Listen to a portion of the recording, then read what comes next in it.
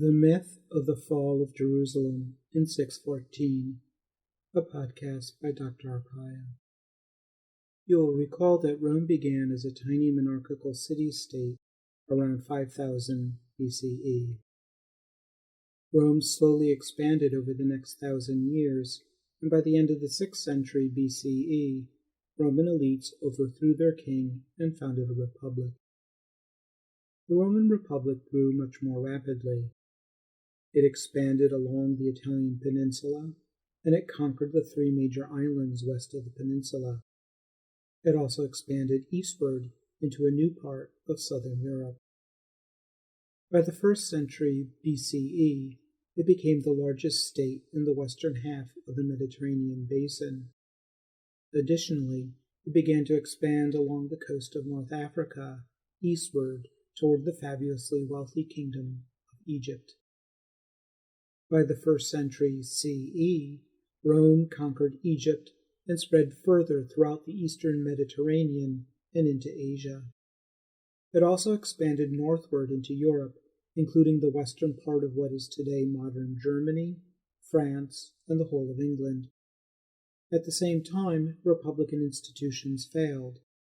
After a bloody civil war, the elites replaced the republic with a new type of monarchy called, interchangeably, the Emperor or Caesar, after the founder of the new political system, Augustus Caesar. The Roman Empire soon became too large for one administration to handle. So, towards the end of the 3rd century, political elites divided Rome administratively into an eastern and a western half. 2 men shared power in each administrative part. At the beginning of the 4th century, Emperor Constantine reunited the imperial administration and moved the capital of Rome to the city of Byzantium, which he renamed Constantinople after himself. From here on out, the center of gravity in the political structure moved from Rome to Constantinople. For the remaining years of the Roman Empire, Rome was divided into 2 separate states: a Roman Empire centered on Rome, which we called the Roman Empire in the west, and a Roman Empire centered on Constantinople, which we called the Roman Empire in the east. In 476 CE, the Roman Empire in the west fell when the last emperor in Rome was forced to abdicate or quit his job as emperor. Thereafter, emperors in Constantinople tried to re-establish their rule in the western Mediterranean and briefly succeeded, even reconquering the city of Rome, most of southern Europe, and much of Africa. Because the emperors ruled from Constantinople, historians called the Roman Empire from the 6th century onwards the Byzantine Empire, or Byzantium, after the original name of the city of Constantinople. The emperors in Constantinople and the elite classes who depended on them in the eastern Mediterranean considered themselves Roman. While the history of Rome is complex and fascinating, we only need to keep straight 2 aspects: the different names of the Roman Empire and the geographical setting of our story in 614 CE, the city of Jerusalem in the Byzantine Empire. We have already encountered the other principal player in our drama, the Persian Empire, when we discussed the Jewish community on the island of Elephantine. Like ancient Rome, Persia had a long history. The Persian Empire dates back to the 6th century BCE. You will recall how Cyrus the Great, the founder of the Persian Empire, defeated the Babylonians in the 6th century and allowed the Jewish community to return back to Jerusalem. By that time, the Jews had been in captivity for approximately 100 years. Upon their return, they rebuilt the Temple of Jerusalem on the very same site as the one destroyed by the Babylonians. We also read about how Cyrus invited a community of Jews to settle on the island of Elephantine to protect the riches of Egypt, which Cyrus had also conquered. Persia's geographical position between Asia and the eastern part of the Mediterranean basin forced it to compete with other civilizations in the Eastern Mediterranean. Like the Roman Empire, the Persian Empire went by different names over its long history. When the Roman Empire expanded into the Eastern Mediterranean in the 1st century BCE, Persia was called the Parthian Empire, after the region of Parthia, the home of the founder of the dynasty. The Parthians vied with the Romans for control of this vital geographic region of the world. The Persian Empire was later called the Sassanid Empire. This is at the time of the events we will examine closely. The name derives from Sassan, the founder of the last dynasty to rule Persia. The Sassanids and Byzantines continued the struggle that had begun with Persia and Rome. In the year 614, a Sassanid army briefly captured the city of Jerusalem and held it for approximately 2 years, before returning it to Byzantine control following a diplomatic agreement. The battle for Jerusalem was a minor episode in the struggle between the Sassanid and Byzantine empires, but it had far-reaching consequences for our history of anti-Semitism. Soon after this episode, the Sassanid Empire succumbed to an Arab-Muslim invasion in 651, like much of the Roman Empire, including Jerusalem. Next, let's consider briefly the Byzantine state, because it too is important for our understanding of the myth of the fall of Jerusalem. You will recall that the Byzantine Empire was both a Christian state and an heir to pre-Christian Rome. As we have seen, the pre-Christian Roman state allowed citizens, freemen, and slaves to practice polytheism, or the worship of many gods. Indeed, there were many gods to choose from in ancient Rome, both of Roman and non-Roman origin. With the creation of the empire in the 1st century CE, however, Augustus Caesar emphasized Roman deities and created a cult of the emperor for citizens. Over time, the cult of the emperor focused more squarely on the emperor, and the state made the worship of the emperor mandatory for citizens and non-citizens. When it became a test of loyalty to the state, we can consider the cult of the emperor a state religion. By state religion, we mean that the political elites in a country establish a particular religion that the state forces people to practice, thus making non-believers pay lip service to it or else face state sanction. For instance, the followers of Jesus became the focus of state persecution when they refused to worship the emperor, after Emperor Caligula made it mandatory for everyone to practice it in the Roman Empire. We have seen that the test of loyalty was not always applied equally in every diocese or region of the empire. Moreover, it ended in 314 when Constantine and Licinius promulgated the Edict of Milan, which effectively ended state-sponsored persecution of Christianity. After reuniting the two halves of the Roman Empire, Emperor Constantine became a patron of Christianity as part of his efforts to unite the empire under his rule. However, he stopped short of making Christianity a state religion. Emperor Theodosius, who ascended to the throne in the east in 379 and ruled as the sole emperor of both halves of the Roman Empire from 392 to 395, held that distinction. Theodosius outlawed all polytheistic religions, which Christians called pagan, meaning civilian in Latin, from their notion that they were soldiers in Jesus' spiritual army, while non-Christians were civilians in the sense of non-soldiers. Theodosius's edict, which endured after his death, had the effect of banning the once official state religions of pre-Christian Rome, including the cult of the emperor.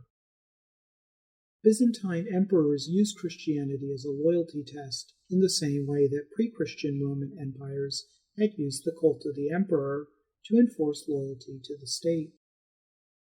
As enemies such as the Persian Empire increasingly challenged Byzantium for supremacy in the eastern Mediterranean, the Byzantine state became more and more concerned about enforcing conformity, and it increasingly relied on Christianity to do so.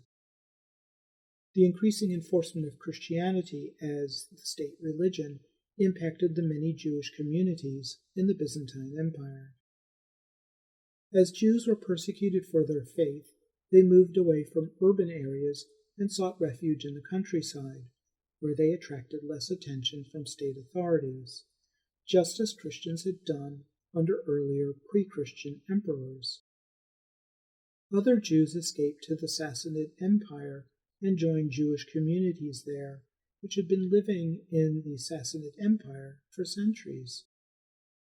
Still others fled into the Arabian and Saharan deserts, settling alongside Arab and Bedouin tribesmen. Wherever they found refuge, Jewish communities in the eastern Mediterranean found ways to practice their faith. The Sassanid Empire of Persia contrasted starkly with the Byzantine emperor on matters of religion. Unlike the Byzantine Empire, the Sassanids did not have a state religion.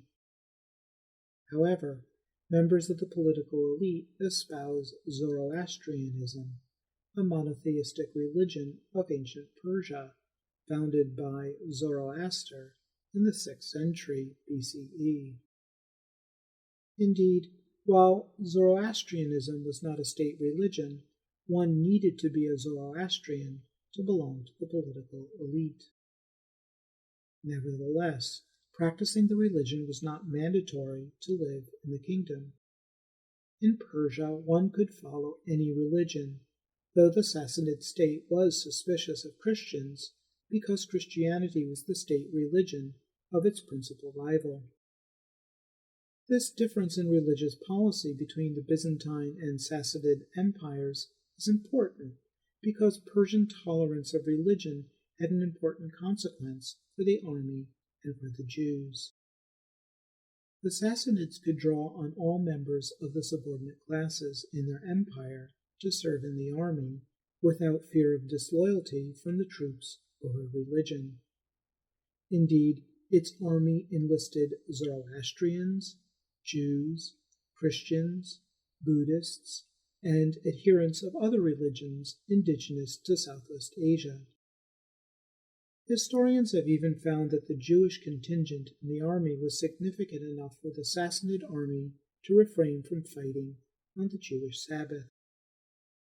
Moreover, the Sassanid leaders exploited the Byzantine intolerance toward non-Christians to their advantage in their rivalry with the Romans. Our story begins in 602, at the start of one of the wars in the last series of wars between the two empires. War broke out when the Persian king declared war, and Sassanid armies invaded the Byzantine Empire. One army drove into Asia Minor. Another took aim at Syria, Palestine, and Egypt, important regions that supplied resources to the rest of the Byzantine Empire. We need concern ourselves only with what happened in this second theater of war. As the Persian army swept through Syria and into Palestine, Jewish communities welcomed the invaders because they had suffered from religious persecution at the hands of local Christians. In 614, 12 years into the war, Persian forces approached the city of Jerusalem. Several local Jewish communities from the region raised their own auxiliary forces to assist the Sassanids. These volunteers helped the Sassanid army, which also included a Jewish contingent, to lay siege to the city. You will recall that a siege is a military tactic by which an army surrounds a city and does not let anyone or anything in or out until the city capitulates, usually from starvation and disease. Jerusalem quickly fell because the Byzantine forces protecting the city had not expected the Persian army to advance so quickly. They were caught unprepared for a long siege. The Persian army and the Jewish auxiliary troops took possession of the city, and, in the immediate aftermath, Christian civilians were killed. It is difficult to get a handle on how many, because accurate records were not kept. Estimates are that approximately as many as 60,000 Christians died. Another 35,000, more or less, were sold into slavery. The remaining Christians were expelled from the city. They lost their homes, shops, and most of their belongings. It was not clear who ordered these acts against the civilian population. They must have been carried out by the army, but which part, and who gave the orders? There was also the question of whether or not the Jewish auxiliary troops participated in these actions. These are questions to which we will return. In the meantime, let's continue with our narrative. As the Persian army proceeded southward towards Egypt, the Sassanid king rewarded the Jews for their part in taking Jerusalem.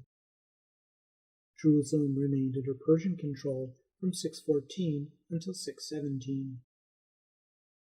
The king appointed a Jewish army officer named Nehemiah ben Hushiel as military governor of the city. Before proceeding, I'd like to make an important stylistic point about the governor's name. Nehemiah was his given name, and ben Hushiel was his compound surname. Please notice that the first part of his compound surname is not capitalized unless you begin a sentence with it. This stylistic rule applies to all compound names. The ease with which Jerusalem had been taken, and the Persian king's unexpected choice of a Jewish army officer as governor, made some Jews question whether ben Hushiel was the long-awaited Messiah, who would supposedly restore the Promised Land to the Jews and rebuild the Temple. Historical records indicate that many Jews, and even ben Hushiel himself, believed that he was. Accordingly, ben Hushiel decided to construct the Third Temple as part of his plans for a revitalized Kingdom of Judea. He allowed animal sacrifices to the God of Abraham on the Temple Mount, that is, the hill on which the first and second temples had once stood. This was the first time since probably 70 CE that Jews had made animal sacrifices there, because, as you will recall, Pharisaic and Rabbinic Judaism had forbidden sacrifices until the rebuilding of a new temple. The sacrifices on the Temple Mount must have been an exhilarating moment for the Jews in the region. Ben Hushiel wanted to proceed in accordance with Mosaic law for the appointment of a high priest.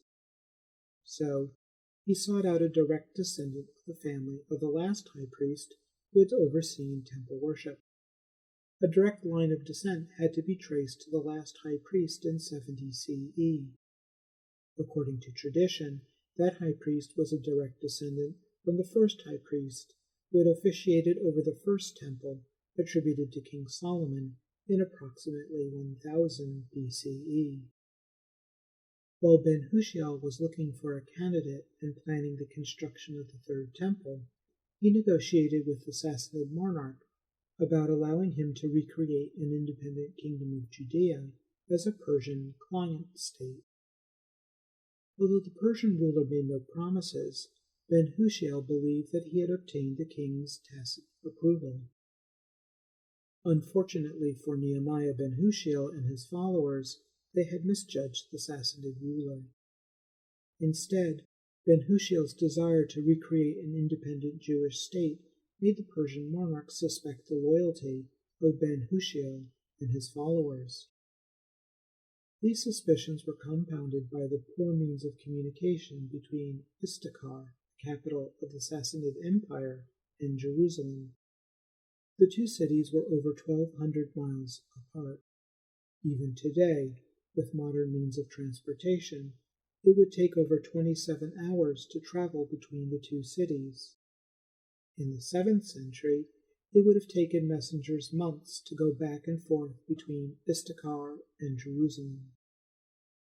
The value of Jerusalem to the two empires was a major factor that decided the fate of the city.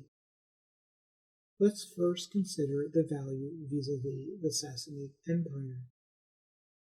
The term vis-a-vis is an excellent one to learn in college. It is used in formal English and derives from the French language.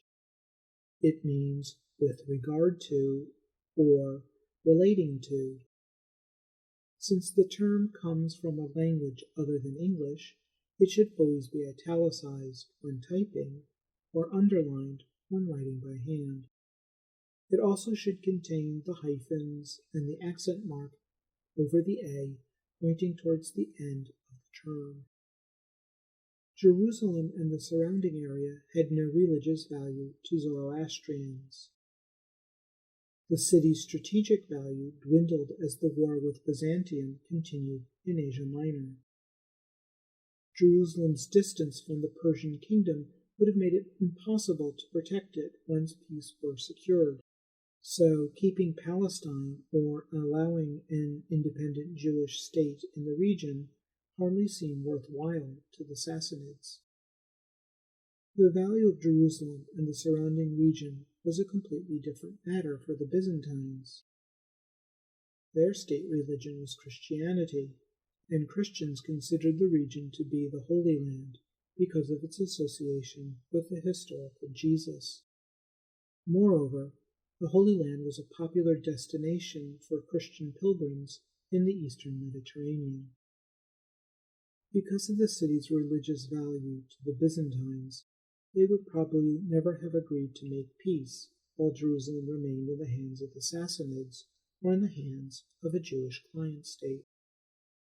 So, the city became a bargaining chip in diplomatic negotiations between the two empires. As the war continued elsewhere, the Persian king offered the return of Palestine and the city of Jerusalem to the Byzantine emperor in exchange for territory in Asia Minor. The two monarchs reached an agreement in 617, and the Persian king ordered Ben-Hushiel to hand the city over to the Byzantines. The king also forbade Jews from living within an approximate 2-mile radius of Jerusalem. Ben-Hushiel refused to hand the city over, and most Jews stayed put. Ben-Hushiel and his followers believed that the God of Abraham was with them, and that they could defend the city against both empires. Unfortunately, they miscalculated. Most of the Persian troops remained loyal to the king, and the Christians still living in the city rose up against them. Ben-Hushiel and his followers were arrested, and Ben-Hushiel was executed. The Sassanids advised the Jews not to remain in the city or the surrounding area, but to follow the army back to Persia. Many Jews ignored the warning and refused to abandon their homes and businesses. As Byzantine troops reoccupied Jerusalem and the surrounding areas, the Byzantine emperor gave orders for the Jews to be put to death. We do not know how many Jews were murdered, but probably many of those who had remained behind. Jerusalem once again became a city under Byzantine rule, and would remain so until the city surrendered to a Muslim-led army in 637. The events of 614 became the basis for the myth of the fall of Jerusalem. According to this myth, the Jews were solely responsible for the treatment of the Christian civilians in the city when it fell to the Persian army. Christians claiming to be eyewitnesses fanned out into Byzantium and the rest of Europe, even as the war continued between the two empires. These so-called eyewitnesses claimed that the Jewish forces in the city had forced Christians to convert to Judaism under pain of death. They spread wild stories about how Jewish military leaders paid the Sassanid king for the right to murder any Christians who refused to convert. This version of events conveniently turned the Christians into martyrs, thus weaponizing the myth. The so-called eyewitnesses told lurid tales of Jews selling Christian women and children into slavery at 30 silver coins apiece. The number 30 was chosen not because it was the going rate for a slave in Jerusalem in 614. It wasn't. The number 30 recalled an element in the narrative of Jesus' death in the Christian Gospels.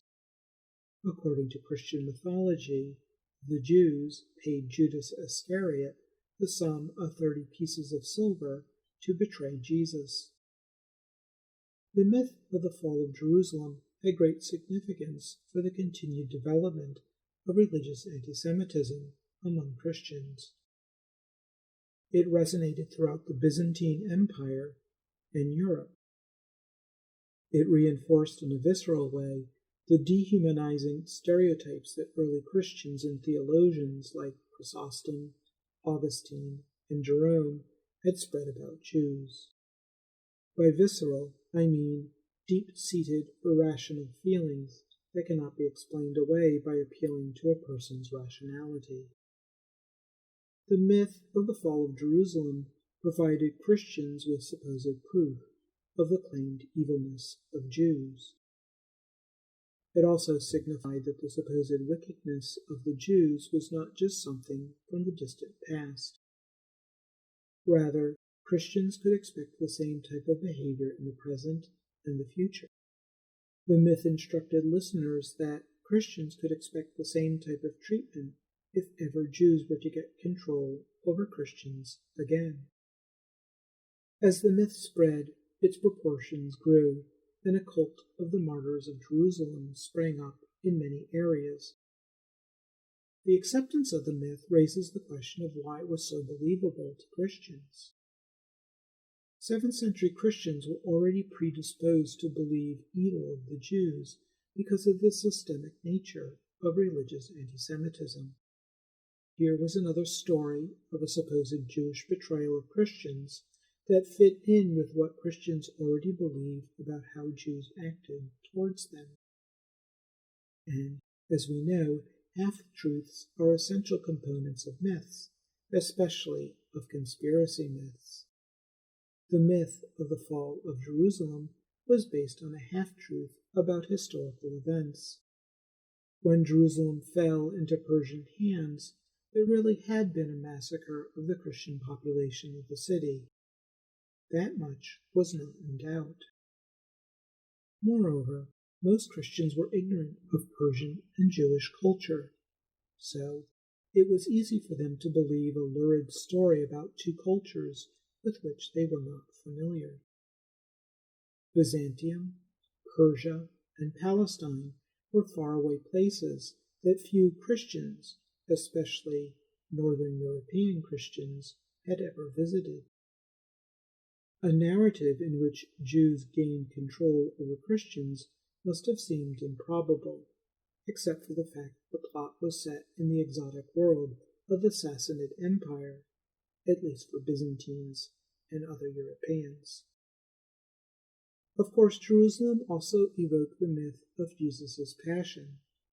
If the Jews had supposedly betrayed Christ in Jerusalem in 33 CE, it seemed totally in keeping with their character that the Jews would betray Christians in 614 if given the chance.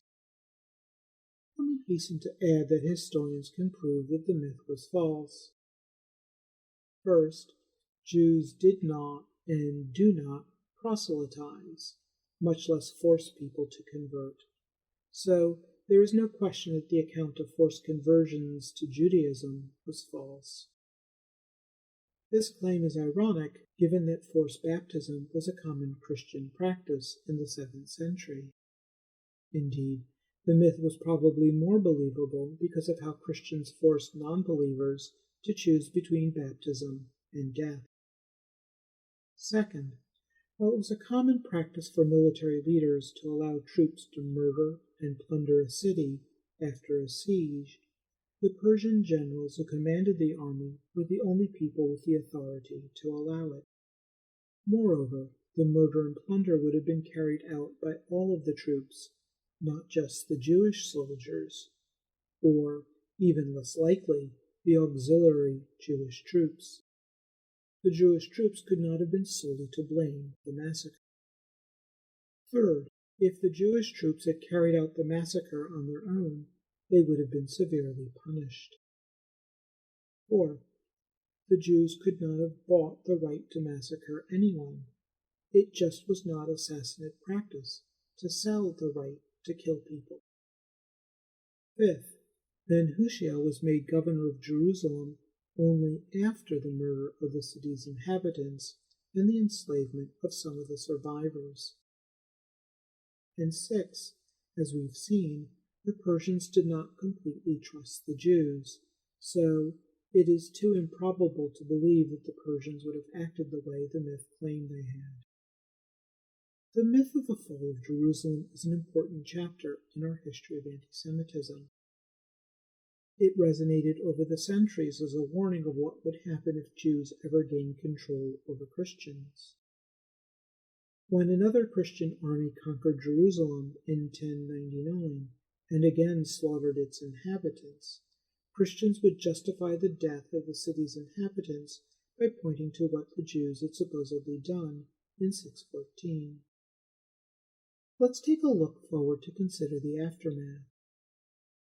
A little over 20 years later, the Christian city of Jerusalem was captured again, this time by an Arab Muslim army, but no massacres were carried out.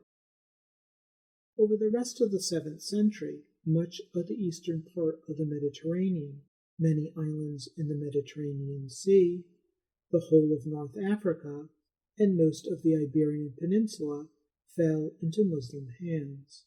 Again, there were no massacres. The Iberian Peninsula remained under Muslim rule for the next 700 years. As we shall see in a later podcast, the historical process by which forces under Catholic rulers defeated Muslim rulers on the Iberian Peninsula had an important impact on the history of anti-Semitism. The last Muslim state on the Iberian Peninsula fell in 1492. North Africa and most of the eastern Mediterranean remained under Muslim rule until the beginning of the 20th century. Even with the creation of the State of Israel in 1948, most of the eastern Mediterranean still remains under Muslim rule. We will consider this historical process in stages over the rest of the semester. It is vital background for our understanding of the history of anti-Semitism. We turn next to the rise of Islam and the first state and society since the diaspora to practice toleration towards the Jews.